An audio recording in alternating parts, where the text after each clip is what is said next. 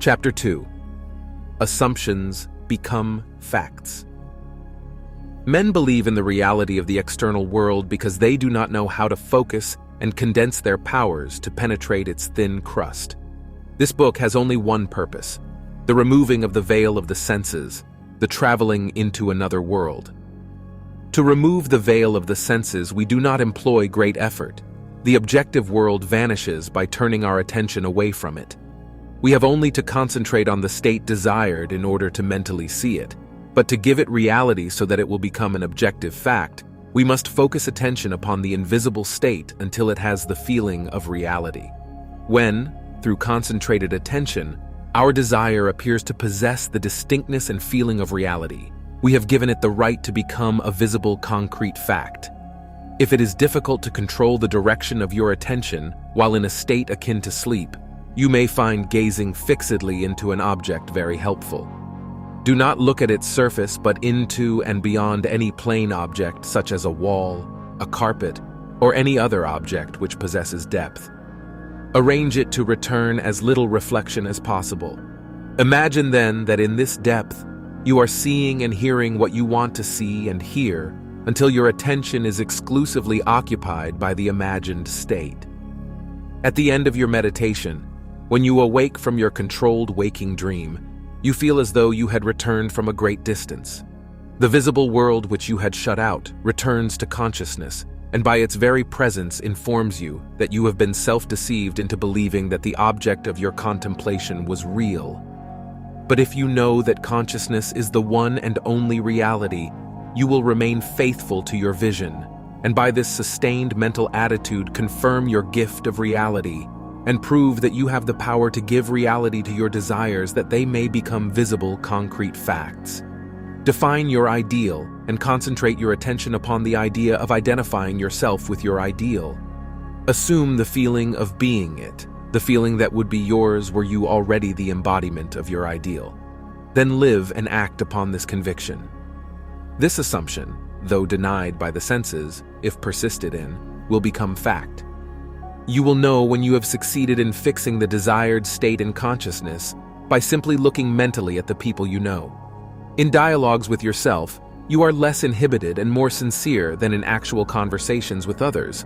Therefore, the opportunity for self-analysis arises when you are surprised by your mental conversations with others.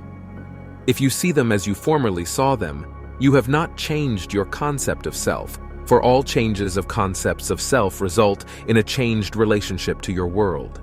In your meditation, allow others to see you as they would see you were this new concept of self a concrete fact. You always seem to others an embodiment of the ideal you inspire.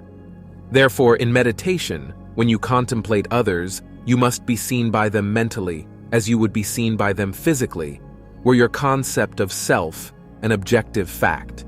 That is, in meditation, you imagine that they see you expressing that which you desire to be. If you assume that you are what you want to be, your desire is fulfilled, and in fulfillment, all longing is neutralized. You cannot continue desiring what you have already realized. Your desire is not something you labor to fulfill. It is recognizing something you already possess. It is assuming the feeling of being that which you desire to be. Believing and being are one. The conceiver and his conception are one. Therefore, that which you conceive yourself to be can never be so far off as even to be near, for nearness implies separation. If thou canst believe, all things are possible to him that believeth. Mark 9:23. Being is the substance of things hoped, the evidence of things not yet seen. Hebrews 11:1. If you assume that you are what you want to be, then you will see others as they are related to your assumption. If, however, it is the good of others that you desire, then in meditation, you must represent them to yourself as already being that which you desire them to be. It is through desire that you rise above your present sphere, and the road from longing to fulfillment is shortened, as you experience in imagination what you would experience in the flesh. Were you already the embodiment of the ideal you desire to be? I have stated that man has at every moment of time the choice before him which of several futures he will encounter. But the question arises, how is that possible when the experiences of man awake in the three-dimensional world are predetermined, as his observation of an event before it occurs implies.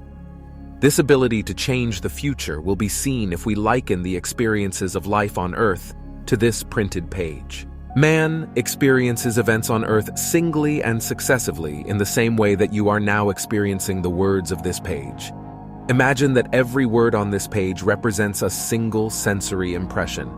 To get the context, to understand my meaning, you focus your vision of the first word in the upper left-hand corner, and then move your focus across the page from left to right, letting it fall on the words singly and successively. By the time your eyes reach the last word on this page, you have extracted my meaning. Suppose, however, on looking at the page, with all the printed words thereon equally present, you decided to rearrange them. You could, by rearranging them, tell an entirely different story. In fact, you could tell many different stories. A dream is nothing more than uncontrolled four-dimensional thinking, or the rearrangement of both past and future sensory impressions. Man seldom dreams of events in the order in which he experiences them when awake. He usually dreams of two or more events which are separated in time, fused into a single sensory impression. Or in his dream, he so completely rearranges his single waking sensory impressions that he does not recognize them when he encounters them in his waking state. For example, I dreamed that I delivered a package to the restaurant in my apartment building. The hostess said to me, "You can't leave that there," whereupon the elevator operator gave me a few letters, and as I thanked him for them, he, in turn, thanked me. At this point, the night elevator operator appeared and waved a greeting to me. The following day, as I left my apartment, I picked up a few letters which had been placed at my door.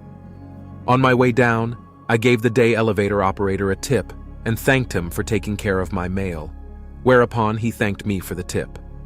On my return home that day, I overheard a doorman say to a delivery man, "You can't leave that there." As I was about to take the elevator up to my apartment, I was attracted by a familiar face in the restaurant, and as I looked in, the hostess greeted me with a smile. Late that night, I escorted my dinner guests to the elevator, and as I said goodbye to them, the night operator waved goodnight to me. By simply rearranging a few of the single sensory impressions I was destined to encounter, and by fusing two or more of them into single sensory impressions, I constructed a dream which differed quite a bit from my waking experience. When we have learned to control the movements of our attention in the four-dimensional world, we shall be able to consciously create circumstances in the three-dimensional world. We learn this control through the waking dream, where our attention can be maintained without effort. For attention minus effort is indispensable to changing the future. We can, in a controlled waking dream, consciously construct an event which we desire to experience in the three-dimensional world. The sensory impressions we use to construct our waking dream are present realities displaced in time or the four-dimensional world. All that we do in constructing the waking dream is to select from the vast array of sensory impressions those which, when they are properly arranged, imply that we have realized our desire. With the dream clearly defined, we relax in a chair and induce a state of consciousness akin to sleep, a state which, although bordering on sleep, leaves us in conscious control of the movements of our attention. When we have achieved that state, we experience in imagination what we would experience in reality were this waking dream an objective fact. In applying this technique to change the future, it is important always to remember that the only thing which occupies the mind during the waking dream is the waking dream, the predetermined action which implies the fulfillment of our desire. How the waking dream becomes physical fact is not our concern. Our acceptance of the waking dream as physical reality wills the means for its fulfillment. Let me again lay the foundation of changing the future, which is nothing more than a controlled waking dream. Define your objective. Know definitely what you want. Construct an event which you believe you will encounter following the fulfillment of your desire, something which will have the action of self-predominant, an event which implies the fulfillment of your desire. Immobilize the physical body and induce a state of consciousness akin to sleep. Then, mentally feel yourself right into the proposed action.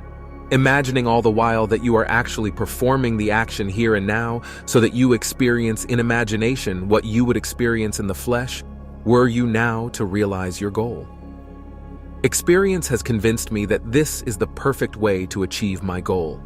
However, my own many failures would convict me were I to imply that I have completely mastered the movements of my attention. I can, however, with the ancient teacher say, "This one thing I do, forgetting those things which are behind, and reaching forth unto those things which are before, I press toward the mark for the prize."